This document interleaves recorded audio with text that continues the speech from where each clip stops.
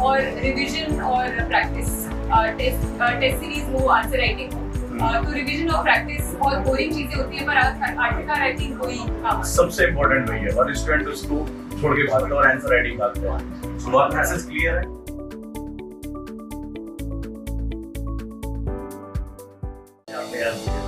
और जैसा आपने कहा आंसर राइटिंग इज मस्ट, आपको करना ही चाहिए।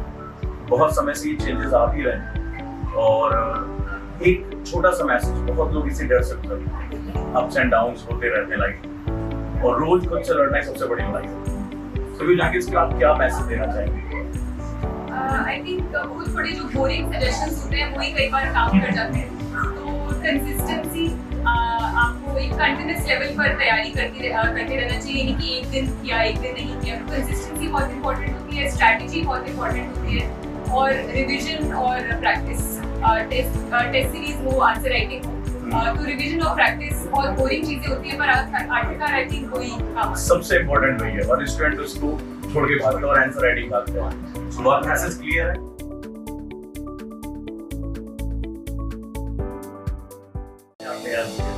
और जैसा आपने कहा आंसर राइटिंग इज मस्ट, आपको करना ही चाहिए।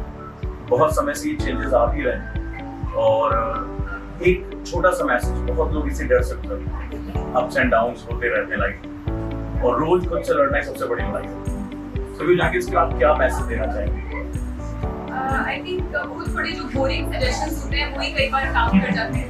तो कंसिस्टेंसी, आपको एक कंटिन्यूस लेवल पर तैयारी करते रहना चाहिए, नहीं कि एक दिन किया एक दिन नहीं किया। तो कंसिस्टेंसी बहुत इंपॉर्टेंट होती है, स्ट्रैटेजी बहुत इंपॉर्टेंट होती है, और रिवीजन और प्रैक्टिस टेस्ट सीरीज हो, आंसर राइटिंग हो, तो रिवीजन और प्रैक्टिस बहुत बोरिंग चीजें होती है, पर आखिरकार आई थिंक वही काम सबसे इम्पोर्टेंट वही है। और स्टूडेंट उसको छोड़ के भागते हैं और आंसर राइटिंग भागते हैं। सो बात मैसेज क्लियर है।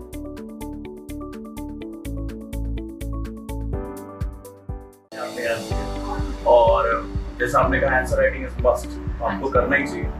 बहुत समय से वॉइस क्लियर है आप सभी दोस्तों को?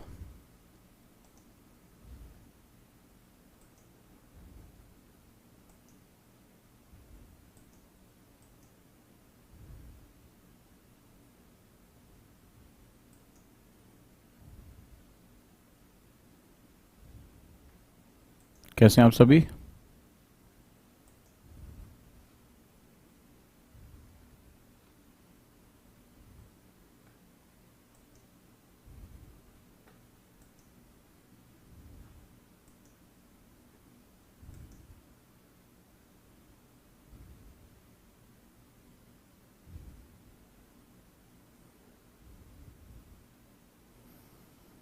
वॉइस क्लियर आ रही है? चलिए शुरू करते हैं आप सभी को।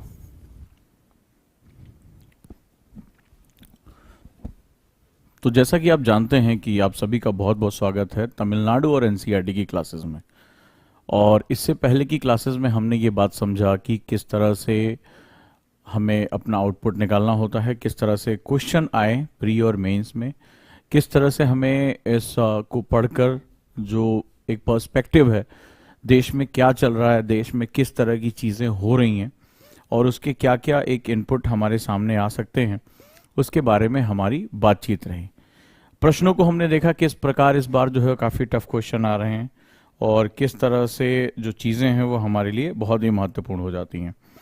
पीछे की क्लासेस में हमने काफ़ी कुछ नया सीखा है, काफ़ी कुछ हमने जाना है कि बेसिकली वो हमें हमारे लिए कैसे यूटिलाइज हो सकती है, राइट।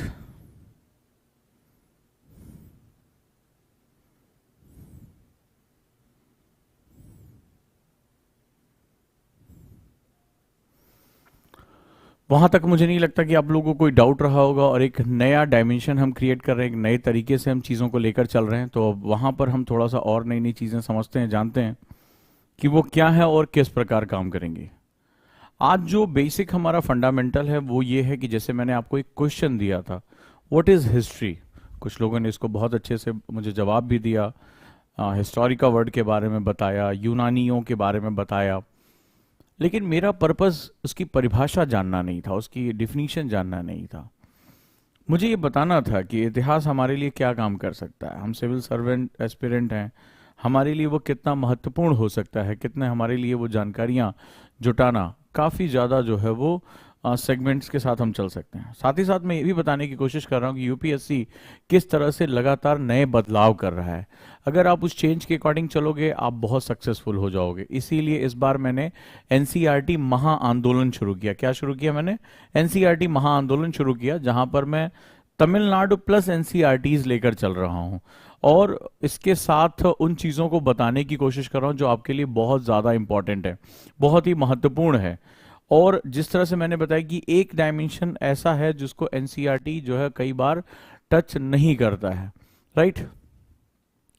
तो अब इस तरह से अगर हम बात करेंगे तो हमारे लिए चीज़ें जो रेंज है वो बढ़ाना बहुत आसान हो जाएगा। रेंज हम आसानी से बढ़ा पाएंगे और जब हम रेंज बढ़ा लेते हैं तो हमारे लिए न सिर्फ चीज़ों को समझना आसान होता है, साथ ही साथ हम आसानी से आगे की चीज़ों को पकड़ पाते हैं। तो जिस तरह से हमने जर्नी शुरू की एनसीईआरटी की, तमिलनाडु की, डेफिनेटली उससे आपको बहुत बेनिफिट होगा, आप अच्छे से अपनी तैयारी कर पाएंगे। तो आज हम उसी बात को शुरू करते हैं और देखते हैं कि आप कितना जागरूक हैं इस छोटे से शब्द को लेकर और आपकी बेसिकली जो डेस्टिनेशन है वो कैसे तय होती है, राइट। चलिए अब हम लोग शुरू करते हैं। जैसे किसी ने ऑप्शनल के बारे में पूछा तो ऑप्शनल आपको पता होगा, हिस्ट्री ऑप्शनल हम शुरू कर रहे हैं। तो बैच स्टार्ट फ्रॉम 15 जुलाई, हम जल्दी से जल्दी इस पर शुरू कर देंगे और इसमें एडमिशन भी शुरू हो चुके हैं। अगर कोई करोल बाग सेंटर हमारे जाना चाहता है, राजेंद्र नगर, वहाँ जाकर भी क्लास कर सकता है, ऑनलाइन भी कर सकता है। तो we have a lot of optional. चलिए अब हम यहाँ से शुरू करते हैं और आज मैं आपको नोट्स बनाने का एक तरीका ही बताऊंगा। जो मेरा LWMI नोट सिस्टम है उसके साथ हम कैसे जोड़ते हैं, राइट। शॉर्टर नोट्स होते हैं। जैसे आज एक बच्चे ने मुझे बताया कि एक IAS और जो अभी 44th रैंक, उन्होंने भी जब मेरे नोट्स देखे तो उसकी बड़ी तारीफ़ की, राइट। तो कि बहुत ही अच्छे तरीके से नोट्स बने हुए हैं और बहुत ही कंसाइज हैं। नोट्स का बेसिकली फंडा होता है, आप लोगों को लगता है कि भाई 20 पेज हमने पढ़ लिया तो इसमें से 10 पेज हमने लिख लिया कॉपी में तो ये नोट्स बनाना है। ऐसे मोटे मोटे रजिस्टर लेकर आते हो, ठीक है, और रजिस्टर पे क्या करते हो, उस पर ढेर सारी चीज़ें लिख डालते हो लाइन बाय लाइन और सोचते हो कि हमने बड़ा अच्छा नोट्स बना दिया। नोट्स ये नहीं होता। नोट्स का बेसिकली पर्पस होता है कि मुझे अब बुक ना खोलनी पड़े, पहला। दूसरा, मेरे थॉट्स को स्ट्रक्चर किया जा सके। और तीसरा होता है कि जो मैं क्विकली रिवाइज करना चाहूँ तो उसको जो है वो क्विकली रिवीजन हो जाए, राइट, क्विकली रिवीजन हो जाए। और इसके साथ हम लोग जो है आगे बढ़ते हैं। तो चलते हैं हम लोग।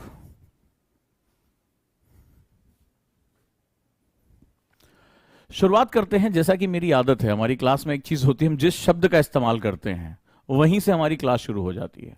पढ़ने और पढ़ाने की ये विधा यही रही है। इससे मतलब ये नहीं तो चलो पहला चैप्टर लिखो, लगा दूसरा चैप्टर लिखो। बेसिकली हम जब क्लासेस लेते हैं तो हम कोशिश ये करते हैं कि आपको इस बारे में परिचित करा सकें कि जो हो रहा है, जो सब्जेक्ट है वो कैसे डील किया जाएगा।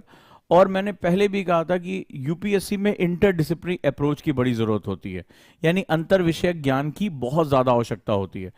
अंतर विषयक ज्ञान का मतलब होता है कि एक सब्जेक्ट बेसिकली कई डायमेंशन के साथ जुड़ा होता है, राइट, कई डायमेंशन के साथ जुड़ा होता है। और जब तक हम उसको इंटरलिंक नहीं कर पाएंगे, यकीन मानिए आप यूपीएससी को टच नहीं कर पाएंगे। आप कोई भी एग्जाम दे लें, आप यूनिवर्सिटी के एग्जाम दे लें, कोई और छोटे मोटे एग्जाम दे लें, लेकिन अगर आपको एक्सक्लूसिवली आपका सपना आईएएस बनने का है, लबासना जाने का है, सो आपको सब्जेक्ट के अंदर इंटरडिसिप्लिनरी अप्रोच क्रिएट करना ही पड़ेगा। और यहीं से मेरी क्लास शुरू होती है। So let's start. हम सभी जो शुरू करते हैं तमिलनाडु और एनसीईआरटी की क्लासेस को। और इस विषय पे जैसा कि मेरी आदत है, हमेशा मैं कुछ नया लेकर आता हूं।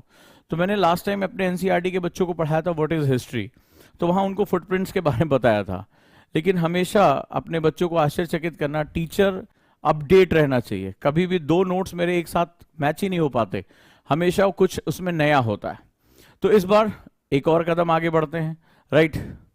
तो चलिए शुरू करते हैं। हाँ भैया, हिंदी मीडियम में इसको हिंदी लिखाऊंगा, टेंशन ना लो बिल्कुल भी।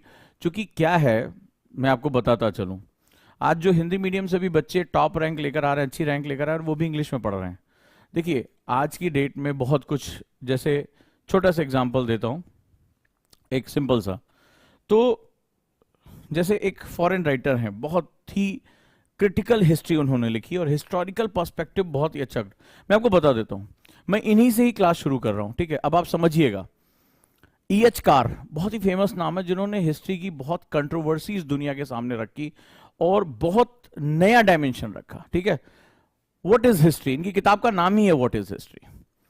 अब जब इन्होंने बहुत डायमेंशन रखे कि हिस्ट्री, इन्होंने लाइन लिखी, बड़ी प्यारी लाइन है कि हिस्ट्री इज अ साइंस। इन्होंने इसको ह्यूमैनिटी का सब्जेक्ट नहीं बताया, बोले विज्ञान है। जैसे साइंस में परीक्षण किया जाता है वैसे हिस्ट्री में परीक्षण किए जाते हैं, एक्सपेरिमेंट्स किए जाते हैं। Nothing is absolute. साइंटिस्ट जब तक एक्सपेरिमेंट कर कर किसी सेगमेंट पे पहुंचता नहीं है, किसी रिजल्ट पे नहीं पहुंचता, तब तक वो कुछ भी एब्सोल्यूट नहीं कह सकता। उसी तरह इतिहास में भी तथ्यों का प्रेक्षण किया जाता है, एक्सपेरिमेंट किया जाता है।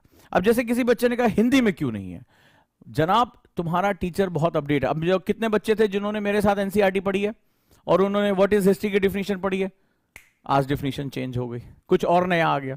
यही तो मजा है, टीचर अपडेट रहना चाहिए, इतना हाईली अपडेटेड कि मतलब अभी 1 महीने पहले कोई बैच पढ़ा, उसमें मैंने कुछ और पढ़ाया, अब उससे ऊपर कुछ और पढ़ा रहा हूं। तो आप अंदाजा लगाओ कि तुम्हारा टीचर कितना ज्यादा अपडेटेड है, कितना ज्यादा अपडेटेड है।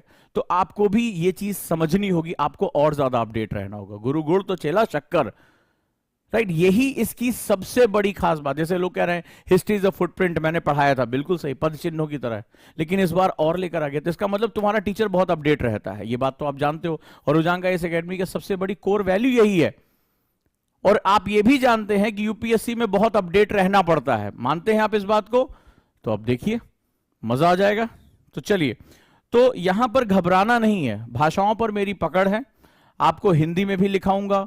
तो जनरली जब आप कुछ पढ़ते हैं तो उसके पॉइंट्स निकालते हैं, रखते हैं, लिखते हैं, तो वहां पर मैं इसको एज इट इज लिख, जहां मुझे जरूरत, देखो मैंने जहां जरूरत हुई मैंने हिंदी में भी लिखा है, जहां से मुझे जो अच्छा मिलता है, जो नई रिसर्च मुझे दिखाई पड़ती है, वो मैं आपके सामने ले आकर रख देता हूं। तो आप कम से कम आपको ये विश्वास है, इस क्लास में भी बहुत से बच्चे होंगे जब मैंने हिस्ट्री इज अ फुटप्रिंट 2-2, 3-3 बार पढ़ाया है, लेकिन अब फिर आप देखोगे कुछ नया चीज जानने को मिला। तो एक टीचर के साथ यही तो मजा है कि भैया 10 साल पुराना नोट्स नहीं पढ़ा रहा है कि एक बार बना लिया बैच पे बैच पढ़ाया जा रहा है आंख बंद करके, नहीं यार, ये बंदा हर बार कुछ नई चीज लेकर आता। चलिए शुरू करते हैं हम लोग, ठीक है। बहुत नई रिसर्च और नई जो है वो चीजों के साथ लेकर, आज की डेट में जिस हिसाब से हिस्ट्री जो है बदल रही है, जिस तरह से वर्ल्ड की पॉलिटिक्स बदल रही है, अब बहुत ध्यान से, अब थोड़ी देर बिल्कुल शांत हो जाओ, कुछ भी टाइप फाइप करने की जरूरत नहीं है, किसी भी चीज के बारे में कुछ भी लिखने पूछने की जरूरत नहीं है, राइट। आप थोड़ी देर बिल्कुल शांत हो जाओ और जिस गहरी बात पे हम जा रहे हैं उस बात को समझने की कोशिश करना, तभी इन क्लासेस का आउटपुट निकल पाएगा।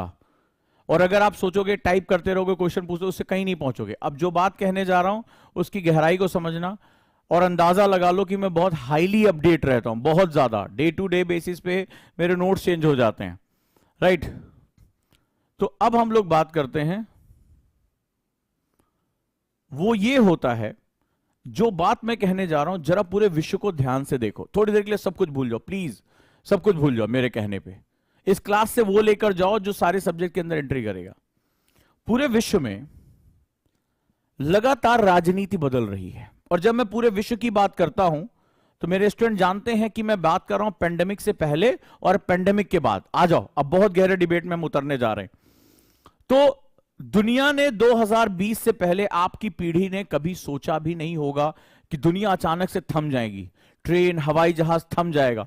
मनुष्य जो इस पूरी पृथ्वी का सबसे ताकतवर, सबसे गतिशील प्राणी हो गया था, जो बुलेट ट्रेन पे चलता था, जो है इसकी मिसाइलें जो है वो ध्वनि की गति से ऊपर चल रही थी, अचानक से पूरा विश्व जो है थम जाएगा और एक ऐसी अदृश्य बीमारी सामने आ जाएगी जहां उसके लव्ड वन, चीजें, सब कुछ जो वो मर रहे होंगे और वो कुछ नहीं कर पाएगा। और सबसे बड़ी बात है कि दुनिया की महाशक्तियां जो किसी भी युद्ध में सामने वाले देश को अपने हथियारों से नेस्तनाबूद कर सकती थी, बर्बाद कर सकती थी, वो भी अचानक से घुटने टेकती नजर आती हैं। उन देशों में भी लाशों को दफनाने के लिए मास ग्रेवयार्ड यानी बहुत बड़े बड़े कब्रिस्तान बनाए जाने लगे। आपकी पीढ़ी के लिए यह बहुत बड़ी बात है, मेरी पीढ़ी के लिए बहुत सी बड़ी बात है, जहां पर हमने कभी इस तरह का पैंडेमिक, इस तरह का जो है वो आक्रोश नहीं देखा था। अचानक से हमारी जो गति थी वो सब कुछ थम सी गई। अचानक से जीवन ने एक बहुत बड़ा टर्न ले लिया, राइट, बहुत बड़ा। और इसका नतीजा हुआ कि अचानक से आप दिखाई पड़ने लगा कि ऐसे देश जो लंबे समय तक, यानी कि सेकेंड वर्ल्ड वॉर के बाद से ही, सेकेंड वर्ल्ड वॉर के बाद से ही जहां जिनकी पावर पूरी दुनिया में तूती बोलती थी, जो वर्ल्ड ऑर्डर को डिसाइड करते थे, western block, southern block, third world nation, जो उनकी दी हुई थ्योरीज थी वो पूरी दुनिया को गवर्न करती थी, उनके सिद्धांत गवर्न करते थे। वो तय करते थे कि तुम लोकतांत्रिक हो, तुम लोकतांत्रिक नहीं हो, तुम दुनिया के लिए सही हो, तुम दुनिया के लिए गलत हो, और वही डिसीजन लेकर, वही जो है वो फैसले सुनाकर दुनिया का नक्शा बदलते चले जाते थे। अब सवाल ये हुआ कि 2020 के बाद एक अदृश्य सा वायरस आता है और अचानक से वो इस पूरे वर्ल्ड ऑर्डर को चैलेंज करता है, पूरे दुनिया के इकोनॉमिक सिस्टम को चैलेंज करता है, पूरी दुनिया के वॉरफेयर सिस्टम को चैलेंज करता है, और इसके नतीजे रहे कि बड़े ताकतवर देश घुटनों के बल बैठ जाते हैं, देशों को अपनी नीतियों को बदलने की नौबत आ जाती है, और सब कुछ सडन होता है, सब कुछ अचानक से। पूरी दुनिया का आवागमन, जो ग्लोबलाइजेशन की पावर थी, अचानक से क्या हो जाता है कि वो सब बंद होने लगती हैं, अचानक से सब ठप सा पड़ जाता है, किसी को कोई रास्ता ही जो है वो नहीं समझ में आता, अब क्या किया जाए। और धीरे धीरे ऐसे देश इस क्षितिज पर निकलकर सामने आते हैं जो अपनी वैक्सीन टेक्नोलॉजी, जो अपने वसुधैव कुटुंबकम, जो अपनी चीजों के साथ आगे बढ़ते हुए एक नई दशा दिशा देते हैं। यानी वो कभी अचानक से क्या था, पैंडेमिक जो है वो तमाम ताकतवर देशों के लिए एक शॉक बन के आता है। उन्होंने जैसे पूरी दुनिया को रेलगाड़ी का डब्बा बना रखा था, ठीक है, कि वो इंजन थे, बहुत बड़ा इंजन थे, और बाकी सब क्या थे, पहिए की तरह पीछे लगे हुए थे। देखो ये वेस्टर्न ब्लॉक, ये फलाना, ये थर्ड वर्ल्ड कंट्रीज, इनको पीछे किया रखा था। अचानक से जो है ये तय करते थे कि दुनिया को हमारे सिद्धांत ही आगे लेके जाएंगे, जो वो सिद्धांत देते थे, चाहे वो समाजवाद का सिद्धांत हो, चाहे वो पूंजीवाद का सिद्धांत हो, चाहे वो डेमोक्रेसी का सिद्धांत हो, चाहे वो वर्ल्ड बैंक, IMF, WTO जैसे जो है बड़े बड़े ग्लोबल ऑर्गेनाइजेशन का सिद्धांत, G20, G7, G8, पता नहीं दुनिया भर के कौन कौन से सिद्धांत वो देते चले आ रहे थे। अब सवाल यह हुआ कि अचानक से इस कोविड-19 पैंडेमिक ने बहुत बड़ा डिस्टरबेंस क्रिएट कर दिया, जैसे भूचाल आ जाता है, और इस वर्ल्ड ऑर्डर को जो उन्होंने सालों तक युद्ध लड़के, इराक रास्ते में आया उड़ा दिया, अफगानिस्तान आया उड़ा दिया, ठीक है, सीरिया आया उड़ा दिया, लीबिया उड़ा दिया, जिसने नहीं सुना उसको खत्म कर दिया, जो नहीं माने उनको जो है निपटा दिया, दूसरे को मानने के लिए मजबूर कर दिया। खैर कुल मिलाकर यह डिस्ट्रप्शन चलता रहा। अब क्यों इसकी बात हो रही हिस्ट्री में ये समझना, तो क्या हुआ, अचानक से कोविड-19 ने पूरी दुनिया में बड़ी वेव क्रिएट कर, हलचल। और जब हम कोई सूप लेकर क्या करते हैं, गेहूं को फटकते हैं ना, गांव में देखा होगा, तो उसमें क्या किया जाता है, थप थप मारा जाता है और गेहूं ऊपर नीचे होता है, उसके अंदर के जो कंकड़ है वो छटके किनारे हो जाते हैं। इस डिस्ट्रप्शन ने, ये जो भयानक जो है इसने हलचल हुई, इसने इस वर्ल्ड ऑर्डर की जो रेल थी पटरी से उतार दी, और इसमें सब कुछ शफलिंग शुरू हो गई और चल रही, अभी और ज्यादा सफलिंग आएगी, ठीक है। नतीजा क्या हुआ, सफलिंग शुरू हो गई, अचानक से सब कुछ एक नए वर्ल्ड ऑर्डर की तरफ भागने लगा। अचानक से भारत, जिसकी आलोचना होती थी कि दुनिया में छोड़िए ब्रिक्स कंट्री में ही इसको सम्मान नहीं प्राप्त है, इसका जो हेल्थ बजट बहुत खराब है, भारत की हेल्थ के बारे में बड़ी निगेटिव, अचानक से वैक्सीन टेक्नोलॉजी का बॉस बन के निकल आता है।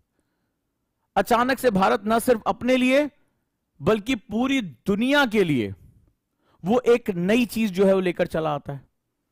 अचानक से ऐसा होता है कि भारत की आजादी के बाद से, भारत का जब विभाजन हुआ 1947 में, हमारी पूरी फॉरेन पॉलिसी केवल पाकिस्तान ओरिएंटेड थी। जब देखो तब पाकिस्तान पाकिस्तान पाकिस्तान, हमारे यहां कोई हमला हुआ पाकिस्तान ने किया, हम संयुक्त राष्ट्र से जाकर गिड़गिड़ाते, अचानक से हमने पाकिस्तान को ही नलीफाई कर दिया, है ही नहीं हमारी फॉरेन पॉलिसी में।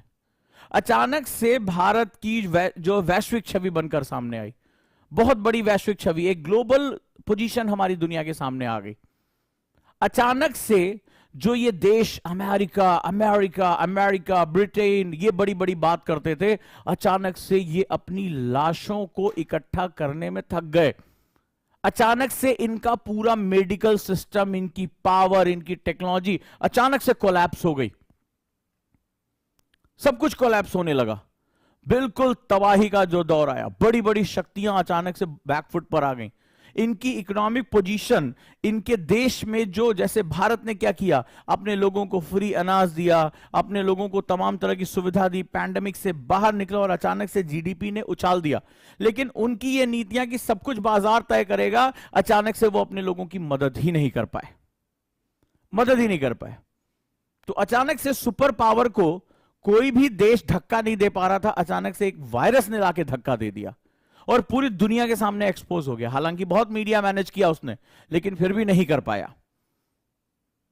और इसी का फायदा उठाते हुए लगभग 20 सालों से सोया हुआ देश, जो 1991 में यूएसएसआर के विभाजन के बाद से अपनी जगह तलाशने की कोशिश कर रहा था, लेकिन दो ब्लॉक्स उसको कोशिश नहीं करने दे रहे थे। एक अमेरिका का ब्लॉक जो पूरी दुनिया के फाइनेंशियल इंस्टीट्यूशन का बाप बना बैठा हुआ था, और दूसरा जो ऑयल कंट्रीज जिनके साथ जो बैठे हुए थे, ओपेक कंट्री बैठी हुई थी, वो ऑयल को, क्योंकि पूरी दुनिया में चाइना, इंडिया ग्रोथ कर रहा है, इंडोनेशिया ग्रोथ कर रहा है, तो वो ऑयल की डिमांड मांग रहे थे और क्या कर रहे थे, पूरी दुनिया में तेल की खपत बढ़ रही थी, उनके पास बेहिसाब पैसा बना हुआ था। ये वेल डेवलप्ड सिस्टम था, सारा सिस्टम डेवलप हुआ, सिर्फ वेस्टर्न का नहीं, वेस्टर्न एशिया का भी डेवलप हुआ, साउथ वेस्ट एशिया का भी जो है वो डिस्टर्ब हुआ। तो अचानक से उनकी तेल की मांग बनी हुई थी, पूरी दुनिया में तेल मांगा जा रहा था, दुनिया की आर्थिक गतिविधियां चल रही थी और दबा के वो बैठे हुए थे, बिल्कुल आराम से जो है वो आ रहा है, खूब पैसा आ रहा है, सारा सिस्टम सब कुछ डेवलप था, सब कुछ डेवलप था। अचानक से पूरी दुनिया की फैक्ट्रियां बंद हो गई, लोग अपने घरों में दुबके रहने के लिए मजबूर हो गए।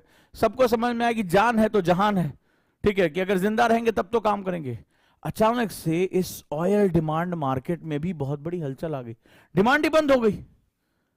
जो जहां घर में बैठा है ना, गाड़ी सड़क पे निकल रही है, ना फैक्ट्रियां चल रही हैं, लॉकडाउन लगा हुआ है, सब कुछ क्या हुआ, डिस्टर्ब हो गया। अचानक से पूरी दुनिया, सब कुछ देखना अचानक से हुआ, पूरी दुनिया में अचानक से ऑयल की डिमांड क्या हो गई, डाउन हो गई। गैस की डिमांड बिल्कुल डाउन हो गई, बहुत छोटी मोटी डिमांड बची।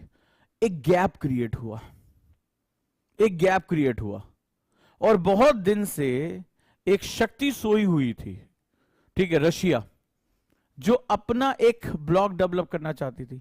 बेसिकली उसको तेल और गैस में प्रवेश करना था। अब मैं हिस्ट्री पढ़ा रहा हूं और बात मैं दुनिया की कर रहा हूं, अभी देखना कैसे लिपट कर सामने यहां पर आएगा। अचानक से क्या हुआ, उसको अचानक से सब कुछ सीन दिख गया। क्यों? क्योंकि उसको रोकने वाले, राजनीतिक रूप से रोकने वाले देश, चाहे वो नाटो हो, अमेरिका हो, ये अचानक से खुद ही अपनी आर्थिक रूप से कमजोर पड़े हुए थे। अचानक से उनको जो है वो कोई भी, अभी घरेलू रूप से वो इतने कमजोर पड़े हुए हैं, स्वास्थ्य क्षेत्र में उनकी ऐसी तैसी हो चुकी है, इतने लाखों लोग मर चुके हैं, इकोनॉमी डिस्टर्ब हो चुकी है, तो डायरेक्टली वो युद्ध में नहीं जा सकते। इधर ऑयल मार्केट पे ओपेक का जो कब्जा था वो भी थोड़े समय के लिए क्या हुआ, लीनियर ऑर्डर में चला गया, कोई स्पाइक नहीं है। अब ये बेस्ट टाइम था, उसे यूक्रेन वॉर शुरू कर दिया। वॉर जिस तरह की है तुम इसे वॉर कह सकते हो। तुमने कभी अपना मीडिया देखा है? ऐसा लगता है पुतिन जो है वो ऐसे परमाणु बम ऐसे बगल में दबाए है, और जब देखो ऐसे मीडिया ये तक दिखा रहा है, छोड़ा, अब छोड़ देंगे, अब छोड़ देंगे, अब छोड़ देंगे।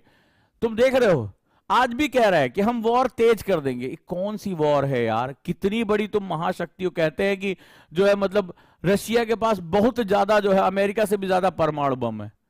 अबे परमाणु बम है, सुतली बम है, मतलब युद्ध हो किससे रहा है, मिसाइलों से हो रहा है या दिवाली पटाखों जाके छोड़ाएंगे, हम फोड़ देंगे तुम्हारे, हम फोड़ देंगे तुम्हारे यहाँ, अजीबो गरीब तरीके से। मतलब थक गए, शुरू हो रहा था वॉर, लग रहा था अरे बस 4 दिन में खत्म कर देगा, 5 दिन में खत्म कर देगा। अब सोच रहे खत्म करो बे, न्यूज़पेपर में इतनी जगह रोज लेके बैठा रहता है ये। कभी एक बिल्डिंग पे पटाखा मार दिया, बम मार दिया, पूरा दिन भर दिखाएंगे बिल्डिंग पे बम गिरा, बम गिरा। न्यूज वाले भी शुरुआत में जहां जहां यूक्रेन में घुस घुस के जाके रिपोर्टिंग कर रहे थे, जहां पा रहे थे, ये देखिए यहीं पर वो मिसाइल यहीं से छोड़ी गई है, वो देखिए, दिन भर दिखा।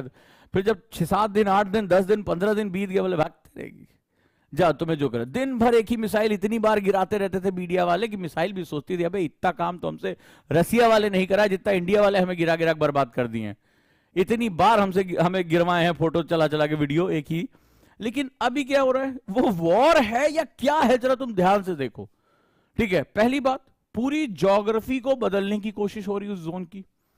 दूसरा, इस तरह के लाइट वॉर्स की वजह से पूरी मीडिया कवरेज आ रही है।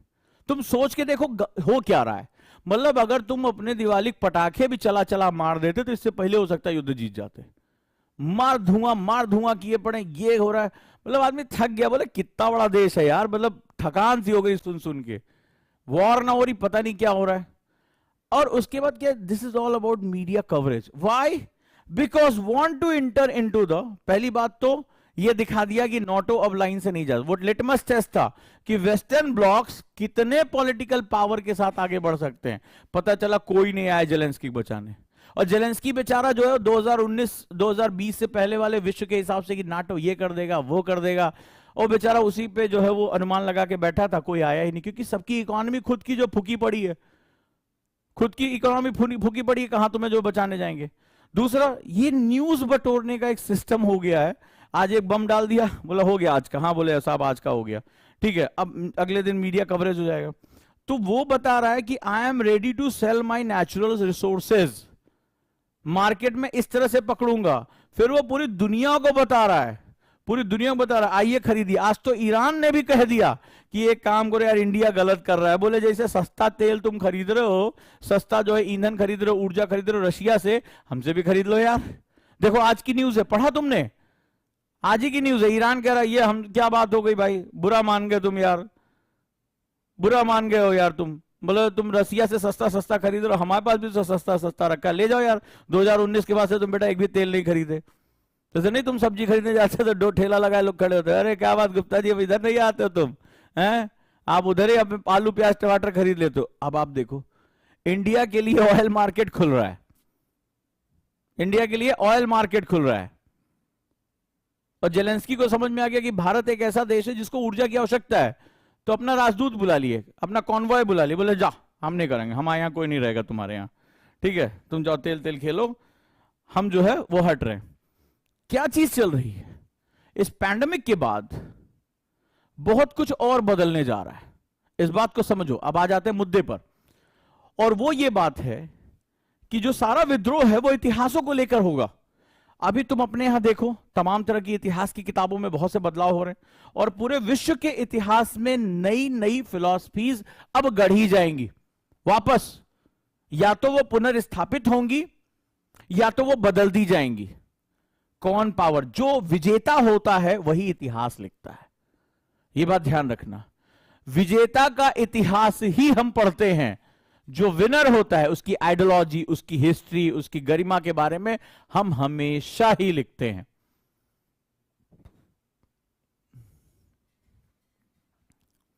क्लियर है?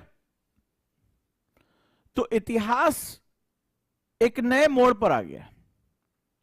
जैसे पिछले कुछ सालों से हम लिबरलाइजेशन के बारे में पढ़ रहे थे, ग्लोबलाइजेशन के बारे में बात कर रहे हैं, हम वेस्टर्न आइडियोलॉजीज के बारे में बात कर रहे थे।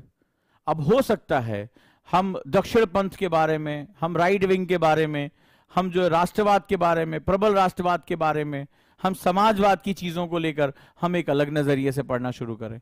सो ये बदलाव जो है वो हमें इतिहास के पढ़ने और इतिहास के लेखन में भी नजर आएगा। क्लियर है? चलिए, तो सबसे कंट्रोवर्शियल सेगमेंट जो है, ये बहुत राइट टाइम है इन चीजों को समझने का। और इतिहास हमें बताता है कि क्या चीज करना चाहिए और क्या चीज नहीं की जानी चाहिए, हम अतीत में कोई गलती कर चुके या नहीं कर चुके। तो मुझे सबसे अच्छी एक कार का प्रिंसिपल निकल कर आया कि व्हाट इज हिस्ट्री। बहुत से इसके सेगमेंट्स हो सकते हैं। हिस्ट्री फैक्ट्स का अध्ययन होता है, ठीक है। हिस्ट्री का मतलब होता है कि जो हो चुका है, सर्टेनली है, उसके बारे में हम लोग अध्ययन करते हैं। E.H. कार ने लिखा, लिखो, the facts are like fish on the fishmonger slab, the historian collect them, takes them home and cooks and serve them. बहुत ही कंट्रोवर्शियल थ्योरी है, यहीं से हम शुरू करेंगे, राइट। लिखो,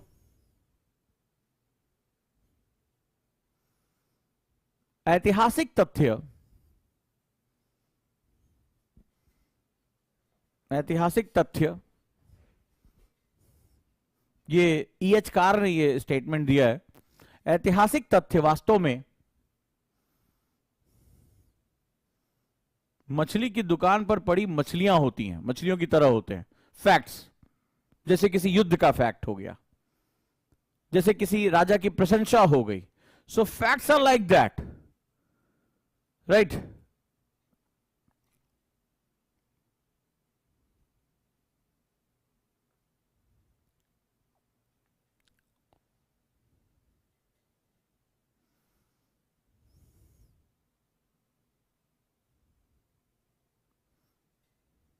The facts are like fish on the fishmonger's lap.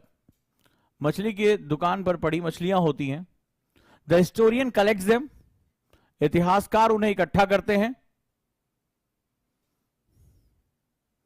घर ले आते हैं, पकाते हैं और परोसते हैं. कुक वर्ड बहुत ही खतरनाक वर्ड होता है, राइट. हिस्टोरियन कलेक्ट देम, समझाता हूं. इतिहासकार उन तथ्यों को इकट्ठा करते हैं, उसे घर ले आते हैं. कुक देम, पकाते हैं और परोसते हैं.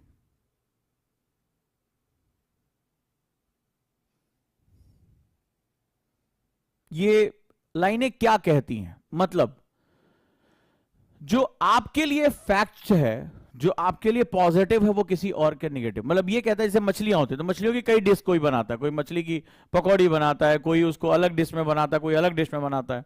सो उन्होंने एक फ्रेज वर्ड किया, कुक देम, यानी फैक्ट्स को अपने तरीके से प्रस्तुत किया जा सकता है. फैक्ट को अपने तरीके से मसाला मारा जा सकता है. मसाला लगाकर परोसते, बच्चे ने लिखा है. तो यानी कि cook them and serve them. For example, जैसे जब आप बेसिक किताबों में आपने पढ़ा होगा, फॉर एग्जाम्पल मैं आप लोगों से एक छोटा सा एग्जाम्पल लेता हूं, आप लोग इसको समझेंगे. तो आपने पढ़ा होगा सम्राट अशोक के बारे में. एक छोटी सी बात कही है कि कैसे एक ही फैक्ट को अलग अलग तरीके से रखा जा सकता है. इसीलिए यहां पर एक बड़ी कंट्रोवर्सी जो होती है वो इंपॉर्टेंट होती है. जैसे सम्राट अशोक की बात करें तो लिखा होगा कि ये चक्रवर्ती सम्राट थे. यस, पढ़ा होगा, चक्रवर्ती सम्राट थे, अखंड भारत पे शासन किया, XYZ. हां या ना? यस या नो?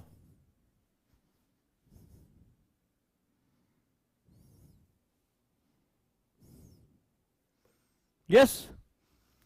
जब आप एच लाल को पढ़ते हैं, हिस्टोरियन है, तो कहते हैं कि चक्रवर्ती का कॉन्सेप्ट भारत में था ही नहीं,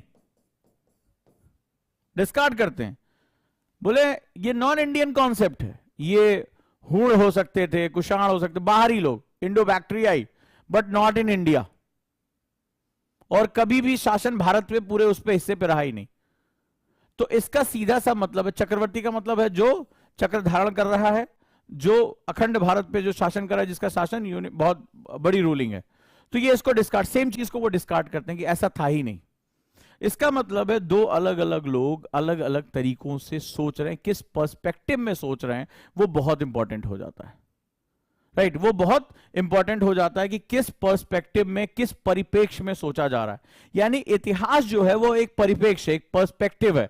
इतिहास किस रूप में आप उन तथ्यों को देख रहे हैं, आप किस रूप में उसको प्रस्तुत कर रहे हैं, यह बहुत ही महत्वपूर्ण है. इसीलिए इतिहास लेखन में एक बहुत बड़ी कंट्रोवर्सी होती है. आज का द हिंदू पढ़ा होगा, मेरे एक स्टूडेंट ने मुझे भेजा है, मैं आपको इसके बारे में छोटी सी एक चीज बताता हूं, ठीक है. एक छोटी सी चीज,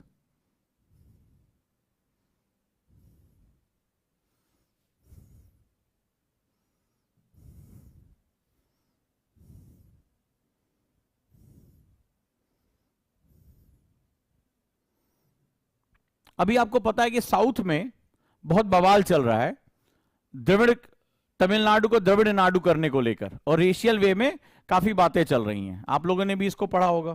एक छोटी सी बात आज मैं आपको इसके बारे में बताता हूं. चलिए,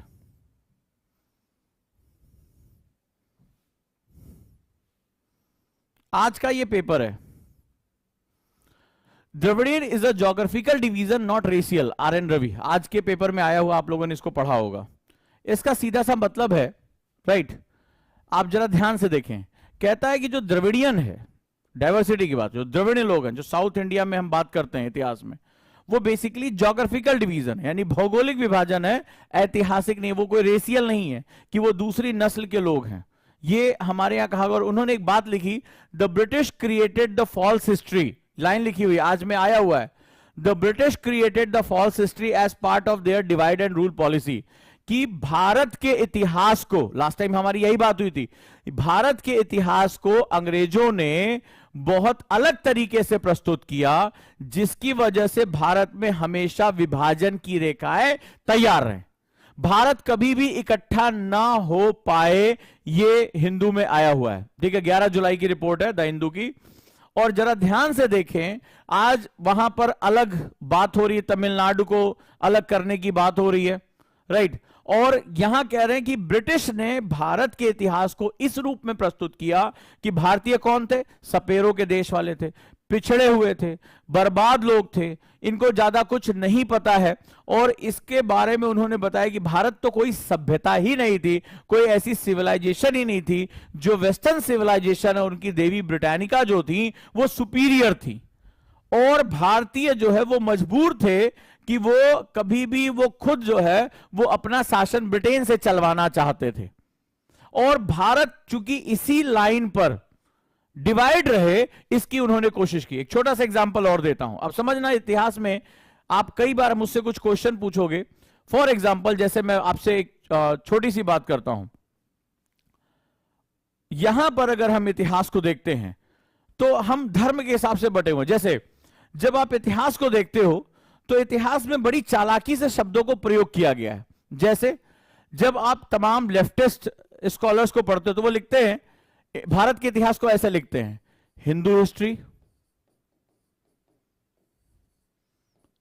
मुस्लिम हिस्ट्री या इस्लामिक हिस्ट्री, और तमाम डॉक्टर मुखर्जी जैसे लोग भी लिखते हैं, और मॉडर्न हिस्ट्री। ये देखो, मॉडर्न हिस्ट्री, इस तरह के आप चैप्टर्स आपको मिलेंगे।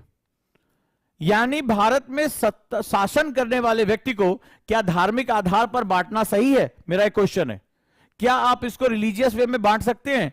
भारत को क्या बांटा गया? हिंदू हिस्ट्री, मुस्लिम हिस्ट्री, मॉडर्न हिस्ट्री। क्या इस समय भारत में हिंदू नहीं थे? क्या इस समय जनता में अन्य धर्म के लोग नहीं थे? क्या राजा सबको मार ही दे रहा था? राइट। और सबसे बड़ी बात है कि जब अंग्रेज आते हैं तो भारत को मॉडर्न हिस्ट्री क्यों कहा गया? क्या इससे पहले जब ये आए तो इससे पहले क्या आधुनिकता नहीं थी? आज आप देखिए, कर्नाटक में एक सेगमेंट रिवील हुआ है कि पाइथागोरस से पहले भारत में ही त्रिभुज के बारे में जानकारियां थी। अगर आज आप लोगों ने पढ़ा होगा, महर्षि कणाद का वैशेषिक सिद्धांत आपने पढ़ा होगा कि हमें डाल्टन से पहले ही परमाणु के विषय में पता था, लेकिन पूरी दुनिया के सामने हमारा इतिहास ही झुटला दिया गया। भारत के खिलाफ, भारतीय संस्कृति के खिलाफ इतिहास की सबसे बड़ी साजिश हुई, और उस साजिश के अंतर्गत हमारी संस्कृति, हमारी धरोहर और इतिहास के साथ हमारा जो लगाव था उसको सदैव के लिए मिटा दिया गया। आप देखिए कि कितनी बड़ी कंट्रोवर्सी है। क्या होगा जब ये पीढ़ियां आगे बढ़ेंगी और आज तुम्हें भारत में ये डिवाइडिंग लाइन दिखाई पड़ रही कि नहीं? 1947 में जो रेखा खींची गई थी, जिस पर हमारे कितने सैनिकों, कितने जवानों का खून वो लाइन आज भी पी रही है। आज भी मुझे सुनने वाले किसी के घर में उनका कोई बेटा, भाई, अगर वो आज बॉर्डर पे शहीद हुए होंगे, उनका दर्द केवल वही लोग जानते होंगे। हम तो थोड़ी देर के लिए संवेदना पैदा कर सकते हैं, हम थोड़ी देर दुखी हो सकते हैं, लेकिन उस मासूम बच्चे से पूछिए जिसको जो है वो पिता का जो है वो साया चला गया, इसलिए क्योंकि राष्ट्र में, राष्ट्र की रक्षा करते हुए उन्हें शहादत देनी पड़ी, जिसमें उनकी कोई गलती नहीं है। कुछ बैठे हुए लोगों ने देश की जो है वो लाइन को डिवाइड कर दिया, जो लगातार रक्त पी रही है। और दोनों देशों के लोग, ऐसा नहीं है, चाहे तुम्हारा कोई भी धर्म हो, लेकिन जिसका पति मरता है, जिसका बेटा मरता है, जिसका पिता मरता है, वो किसी भी धर्म का हो, दुख दोनों लोगों को होता है। तो अब इस कंडीशन में क्या होगा? लाइन ड्रॉ हो रही है। मुझे बताओ, इतिहास तुम्हारे समाज का विभाजन तय कर रहा है कि नहीं कर रहा है? थोड़ी देर के लिए आ जाओ। हिंदू हिस्ट्री में एक लिखता है कि ये ब्राह्मण ग्रंथ हैं, ये सारा इतिहास ब्राह्मणों का है, एलीट का है, दलितों को डिस्कार्ड किया गया, दलित की हिस्ट्री अलग है। क्या किया आपने? आपने भारत के एक जो है संप्रदाय को, एक जो है पंथ को आपने दो हिस्सों में बांट दिया, इसमें ही बांट दिया। बोला ये जितना भी इतिहास है ये किसी और का है, मेरा इतिहास अलग है। सही गलत मैं अभी नहीं जानता, यहां डिवीजन नहीं कर रहा हूं, लेकिन आपने क्या किया? आप बैठकर आप डिवीजन को डिवीजन करते चले गए और हमें उसी तथ्यों को एक्सेप्ट करना पड़ता है। क्यों? मैंने क्यों शुरू किया वर्ड ऑर्डर से बात? कोई कहेगा साहब आप तो इसके ऊपर बात कर रहे हैं, आप तो उसके ऊपर बात कर रहे हैं, मैं इतिहास के ऊपर बात कर रहा हूं। अब देखो क्लास मैंने कहां से शुरू की? मैंने वर्ड ऑर्डर से शुरू किया। जब पूरे विश्व का आघात, आज श्रीलंका की हालत देखी आपने, जब भूख आ रही है तो पूछ रही है कौन सिंघली है कौन तमिल है। क्यों भाई पूछ रही है? जब वहां के लोगों को खाने को नहीं है, बच्चे भूख से तड़प रहे हैं। जब सीरिया में बच्चा कूड़ेदान से खाना बटोर रहा है तो पूछा जा रहा है कि तुम शरिया को मानते हो कि नहीं मानते हो? पूछ रहा है? नहीं पूछ रहा है। मरता कौन है? मानवता, ह्यूमैनिटी। तो मेरे एक भाई, मेरे एक बात बताओ, तुम आंतरिक विरोधों को कितना भी संभाल के रखो, जो इंटरनल स्ट्रगल है, मेरे एक सवाल का जवाब दो कि न्यू वर्ल्ड ऑर्डर में जब उठापटक हो रही है, जब तुम किसी ऐसी जमीन पर हो जो लगातार हिल रही है, देखो याद रखना, जब जब न्यू वर्ल्ड ऑर्डर तैयार होता है और जब जब दुनिया में मल्टीपोलैरिटी बढ़ती है, बहुध्रुवीयता बढ़ती है, खतरनाक स्थितियां आती हैं। दुनिया का एक बादशाह है, एक दादा है, एक गुंडा है, फिर भी ठीक है। लेकिन जब दुनिया में कई शक्तियां उभार लेने लगती हैं तो वहां स्ट्रगल्स बढ़ जाते हैं। स्ट्रगल्स बढ़ जाते हैं, याद रखिएगा, मल्टीपोलरिटी यानी बहुध्रुवीयता में पता ही नहीं चलता कौन दोस्त है और कौन दुश्मन, बिल्कुल पता नहीं चलने वाला। और वहां पर संसाधनों के लिए हर कोई इस दौर में अपनी जगह पाना चाहता है। भारत चाहेगा यही मौका यूनाइटेड नेशन की जो है परमानेंट सीट हासिल कर लें, यही मौका है। बहुत समय से मेरे को ऊर्जा के संकट का सामना करना पड़ा, ओपेक की दादागिरी के आगे हम बैठे हुए थे, यही मौका है नए जो है एनर्जी ब्लॉक्स को पकड़ लें। चाइना चाहेगा यही मौका है। शिंजो अबे जिन्होंने क्वाड का जो कॉन्सेप्ट दिया था उनका एसेसिनेशन हो चुका है, यही मौका है किसी तरीके से प्रशांत महासागर में हम घुस जाएं। हर कोई इस समय इस पावर स्ट्रगल में होगा। अब मेरी इस बात का जवाब दीजिए, चाहे आप इत्तेफाक रखते हो या ना रखते हो, जब भारत को इस बहुध्रुवीयता, अस्पष्टता, अंधेरे के इस दौर में अपनी जगह बनाने का मौका मिला है और वो अपनी जगह बनाना चाहता है, तो पूरी दुनिया के स्ट्रगल में भारतीय राष्ट्र और भारतीय समाज होगा। पूरी दुनिया के स्ट्रगल में तुम्हारे अगेंस्ट में चाइना खड़ा है, पाकिस्तान खड़ा है, हो सकता है अमेरिका भी, वो किसी का दोस्त नहीं है, वो सिर्फ अपने हितों का दोस्त है। कौन तुम्हारे साथ है और कौन तुम्हारा दुश्मन है इस समय बिल्कुल नहीं बता सकते। इस पूरी दुनिया की स्ट्रगल में भारतीय राष्ट्र और भारतीय समाज खड़ा होगा, या जब वो तुम पर आक्रमण करेंगे, जब तुम्हारे लिए रास्ते रोकेंगे, तो वो ये तय करेंगे कि मैं भारत के हिंदुओं का रास्ता रोकूंगा, मुसलमानों का नहीं, मुस्लिमों का रोकूंगा, हिंदुओं का नहीं, मैं ब्राह्मण का रोकूंगा लेकिन क्षत्रिय का नहीं, मैं क्षत्रिय का रोकूंगा लेकिन अन्य जातियों का नहीं। क्या वो ऐसा करेंगे? अगर युद्ध हो गया तो मिसाइल गिरेगी, तो क्या वो आइडेंटिफाई करके गिरेगी? अगर ऐसा होता तो जरा यूक्रेन की तस्वीरें देख लीजिए, पहले की और बाद की, पहचान ही नहीं रहा है। बड़े हिस्से में वहां रशियन भाषा बोली जाती है, यूक्रेन में खंडहर सा दिखाई पड़ रहा है। क्या स्कूल, क्या मॉल, वो भी नहीं कह रहा कि मॉल पे गिरेंगे, स्कूल पे नहीं गिरेंगे, अस्पताल पे नहीं गिरेंगे, सब कुछ बर्बाद कर रही है यार वो। क्यों मेरे बच्चे? अब मुझे बताओ, तुम्हारे देश में जो इतिहास पढ़ाया जा रहा है या पढ़ाया जाता है, जो इतिहास को समझने का तरीका, वो खंडित है। तुम इस समय एक बहुत बड़े ऑर्डर का हिस्सा बनने जा रहे हो, संभावनाएं हैं, प्रूव करते चले जा रहे हैं, हम सॉफ्ट पावर के साथ आगे बढ़ रहे हैं। ऐसी कंडीशन में दुनिया के वो सभी देश जो तुम्हें बढ़ते हुए आगे नहीं देखना चाहते या नहीं देख सकते, वो तुम्हारे यहां चुन चुन कर शिकार करेंगे या सबको एक साथ ही। स्ट्रगल किसको डील करना पड़ेगा? मेरा मकसद बहुत क्लियर हो चुका होगा। अगर मेरा संदेश तुम तक पहुंच चुका होगा तो तुम्हें समझ में आएगा कि इतिहास की उन धाराओं के साथ हमें जुड़ना चाहिए जो हमें एक यूनिफिकेशन, हमें एकत्व की तरफ लेकर जाती है, और जहां हमारी सांस्कृतिक पहचानें, ऐतिहासिक पहचानें भारत की राष्ट्रीय पहचान के साथ जुड़ जाती हैं। क्योंकि समस्या तुम्हारे अंदर से कहीं ज्यादा इस समय बाहर से आएगी। इस समय तुम मल्टीपोलर वर्ल्ड यानी बहुध्रुवीयता के संसार में जी रहे हो और तुम्हें नहीं पता कि किस दिन क्या हो जाए, और लगातार देखो घटनाएं बदल रही हैं। डोनाल्ड ट्रंप अमेरिका को दक्षिण पंथ के रास्ते पर ले जाना चाह रहा था, क्या हुआ उसके साथ? कितनी बड़ी कंट्रोवर्सी में फंसा।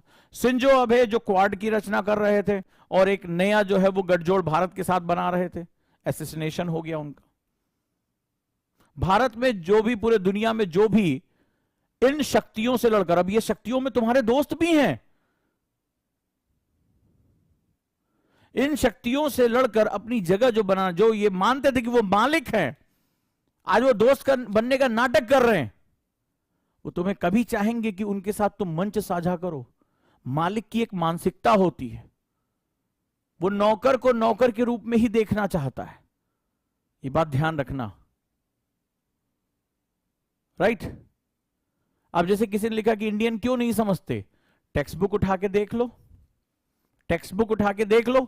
मैं तुम्हारे सामने 2-4 टेक्स्ट बुक पढ़ लेता हूं इतिहास की, तुम्हारा दिमाग घूम जाएगा, तुम्हारा दिमाग घूम जाएगा। तुम समझ ही नहीं पाओगे कि सही बात किसकी है। इतिहास बहुत कुछ तय कर देता है। ये पर्सपेक्टिव अगर नेशनल पर्सपेक्टिव के साथ मैच नहीं करती है तो इतिहास समाज में बहुत तरह के विभाजन कर। जब इतिहास लिखा जाएगा तो यहां पर लिखा जाएगा आर्यों का इतिहास। ब्रिटिश लिख के चले गए, बोले भारत कभी इकट्ठा ही नहीं हो जाएगा, बोले कहीं सबसे बड़ा मेजोरिटी का जो हिंदू, इसको बोले आर्यों का इतिहास, बोले आर्य बाहर से आए। चलो भाई, इन्होंने किसका दमन किया? बोले द्रविड़ियन का किया। पढ़ा होगा तुमने भी कि जो दास लोग थे, इनको द्रविड़ों को इन्होंने दास बनाया रेशियल बेस पे। बोले ये जो है वो इनकी त्वचा का रंग गाढ़ा था, तो जैसे उनके यहां रेसिज्म था हमारे यहां भी रखा। ऐसे बताया गया होगा, उसी की तो काट यहां पे दी है। तो आज क्या हो रहा है? आज पूरे भारत में तुम एक भाषा नहीं कर सकते इकट्ठा, ठीक है? तमाम भाषा को लेकर, पहचानों को लेकर, तमाम तरह की अस्मिताओं को लेकर हमारे यहां रस्साकसी लगातार चल रही है। बहुत ही गंभीर मसला हो जाता है, बहुत ही खतरनाक बात हो जाती है। इसीलिए इतिहास पढ़ते समय हमें पर्सपेक्टिव अलग रखने पड़ते हैं। तो कोशिश यह रहनी चाहिए कि इतिहास से मैं क्या सीखूं। चलो उसके बारे में बात करते हैं। तो मेरा जो यहां दृष्टिकोण रहेगा वो राष्ट्रवादी दृष्टिकोण रहेगा, राइट? इतिहास क्या है, हिस्ट्री क्या है?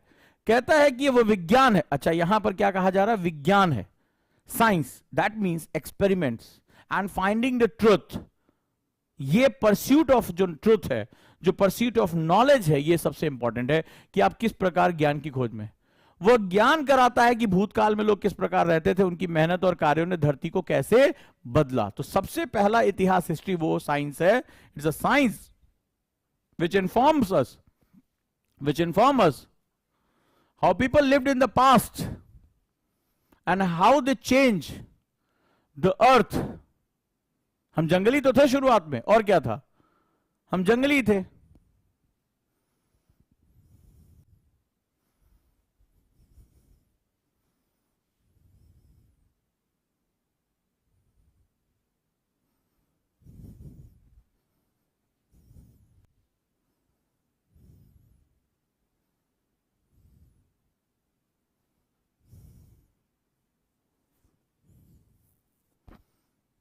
It's a science. History is a science which inform us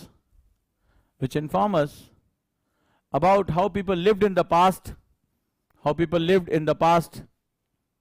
and how they changed the earth according to their work. With the help of their work.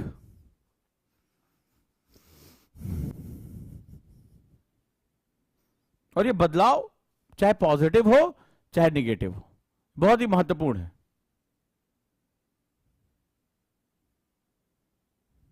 So in classes में हम दो चीजें सीख सकते हैं, राइट? हम हिस्ट्री से क्या सीखते हैं?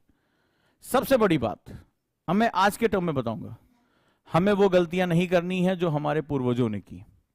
याद रखिएगा, इतिहास हमें दो चीजें सिखाता है। सबसे पहले आपको वो मिस्टेक्स नहीं, कहते हैं ना इतिहास खुद को दोहराता है, तो वो हमें वो गलतियां नहीं करनी है जो हमने पहले की। दूसरा, हम प्रोग्रेस कैसे कर रहे हैं, अतीत में हम कहां थे, हमारा जीवन क्या था। और प्रोग्रेस का मतलब सिर्फ पॉजिटिव प्रोग्रेस ही नहीं होता है। जैसे हम क्या पहले पर्यावरण के साथ मिलजुल कर रहते थे, अब नहीं रह रहे, पहला तो ये हो गया। हमारा पहले पर्सपेक्टिव क्या था, अब क्या है, ये हो गया। हम आदिम जंगलियों के रूप में थे, आज हम कहां तक पहुंच गए हैं, उस पहुंचने की कीमत हमने क्या चुकाई, हम ये समझेंगे। हम जिसको क्रांतिकारी खोज कहते हैं, फॉर एग्जाम्पल आप कहते हैं इंडस्ट्रियल रिवोल्यूशन, औद्योगिक क्रांति, तो इतिहास में जब आप 1800 में जाके देखते हैं तो आपको लगता है औद्योगिक क्रांति ने पूरे मानव को हमेशा के लिए बदल दिया। उसको मस्कुलर पावर यानी मांसपेशियों की जो है ताकत से निकालकर मशीन की पावर में कर दिया। हमने भाप की शक्ति को पकड़ लिया, हमने स्टीम पावर को पकड़ लिया। लेकिन जब आप इसको और एनालाइज करते हैं तो हमने प्रकृति का जो दोहन किया, जो ग्लोबल वार्मिंग पे हमने इंपैक्ट क्रिएट किया है, हमारे लिए आज वही इंडस्ट्रियल रिवोल्यूशन एक लाइन हो गई है कि प्रकृति का जो हमने शोषण किया है, जो हमने ग्लेशियर्स पिघलाए हैं, जो हमने ग्लोबल वार्मिंग क्रिएट की है, हमने उसी के बात की है, राइट? उसी के बात की है। सो अब अंदाजा यह है, एक छोटी सी बात कहता हूं, जितने भी ग्लोबल क्लाइमेटिक समिट होते हैं, जितने भी ग्लोबल क्लाइमेटिक समिट होते हैं, चाहे वो कानकुन हो, पेरिस हो, क्योटो हो, कोई भी हो, हम इतिहास को पैरामीटर बनाते हैं। क्या कहते हैं कि कार्बन लेवल को इस वाले साल के लेवल पे लेकर आना है, कार्बन इतना बढ़ गया है, इसको 1800 वाले पहुंचाना है। कहते हैं 300 साल पहले आइस कैप्स, ग्लेशियर इतने थे, पिघलकर इतने रह गए हैं, हमें फिर से इसको यहां पहुंचाना है। कहते हैं, तुम्हें क्या लग रहा है इतिहास केवल राजाओं, रजवाड़ों, युद्धों की केवल श्रृंखला है? भूल जाओ। इतिहास तुम्हें हर उस क्षेत्र के अंदर प्रवेश करना बता देगा, उन चीजों के बारे में नीतियां करना बता देगा जो अभी तुम्हारी समझ से परे जा रही हैं। आज इन्वायरमेंट को बचाने में सबसे ज्यादा हम हिस्टोरिकल फैक्ट्स का इस्तेमाल करते हैं। कितनी स्पेसीज थी, कितनी हमने खा पी के निपटा दी, क्या होगा? तो हम इस राजा रजवाड़ों के इतिहास से पीछे जाते हैं, प्रागैतिहासिक इतिहास में जाते हैं। हम कहते हैं देखो सारी स्पेसीज जब खत्म हो गई थी, पृथ्वी पर यह महाविनाश शुरू हुआ था। तो हम डिजास्टर जब हम कैलकुलेट करते हैं तब भी इसी इतिहास को कैलकुलेट करते हैं। जब हम ज्योग्राफी पढ़ते हैं तो भूकंपों का इतिहास पढ़ते हैं, हम ज्वालामुखियों का इतिहास पढ़ते हैं, हम सुनामी का इतिहास पढ़ते हैं और उसके हिसाब से कैलकुलेट करते हैं कि मानव को कहां रहना चाहिए और कहां नहीं रहना चाहिए। इतिहास हमें दो सबसे बड़े गुणों से परिचित कराता है। अब सवाल यह है कि अगर हिस्ट्री एक साइंस है, तुम भी कहोगे यार अजीब टीचर है ये, हिस्ट्री बचपन से सुनते चले आ रहे, ह्यूमैनिटी का सब्जेक्ट है, ह्यूमैनिटी का सब्जेक्ट है, और ये साहब कह रहे हैं कि हिस्ट्री एक विज्ञान है, मतलब ये फैक्ट से कहीं ज्यादा है। हां जी है। सोच लोगे अजीब सा टीचर है, लेकिन प्रूव करता जाऊंगा मैं। अगर इतिहास एक विज्ञान है और ये अंतर्विषयक है, इंटरडिसिप्लिनरी है, तो अब सवाल है कि हिस्ट्री और ज्योग्राफी में क्या रिलेशनशिप है। तो मेरा जो अगला टॉपिक शुरू होगा वो यही होगा कि जब हम भारत के इतिहास के बारे में पढ़ने जा रहे हैं तो इंडिया इज ज्योग्राफिकल फीचर, जो तमिलनाडु का पहला चैप्टर है उसी के साथ जाऊंगा कि भूगोल हमारे इतिहास को कैसे प्रभावित करता है, right? So by tomorrow we will start this particular, और इसी मेथड में हम लोग नोट्स बनाएंगे, पढ़ेंगे, और तमिलनाडु का नोट्स अपलोड हो गया होगा चैप्टर 1, आप लोग भी उसको रीडिंग करिए। राइट। और समझिए कि आप यूपीएससी में जो टॉपिक पढ़ेंगे उसका जो डायमेंशन है, जो परास है, वो बहुत बड़ा है। You are the part of national building process. आप राष्ट्र निर्माण की प्रक्रिया का एक हिस्सा हैं। प्रशासनिक सेवा इसीलिए इसको कहा जाता है। क्लियर है? तो चलिए जुड़े रहिए, अच्छे से पढ़ाई करते रहिए, टीचर्स के साथ ऑप्शनल का पूरा मजा उठाइए। हिस्ट्री ऑप्शनल हो गया, एंथ्रो हो गया, तमिलनाडु, राइट, सोशियोलॉजी ऑप्शनल है, जुड़ जाइए, एंड एंथ्रोपोलॉजी कृष्णा सर के साथ। अच्छा, वेडनेसडे से एथिक्स शुरू हो रहा है मेंस के पेपर में, आप लोग उसके साथ भी जुड़े रह सकते हैं। Thank you so much.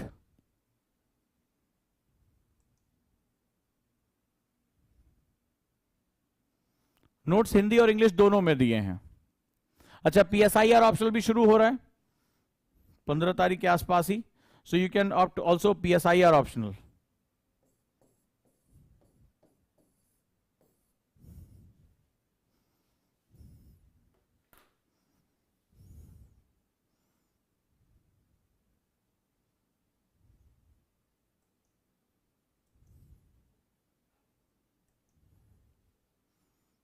Done.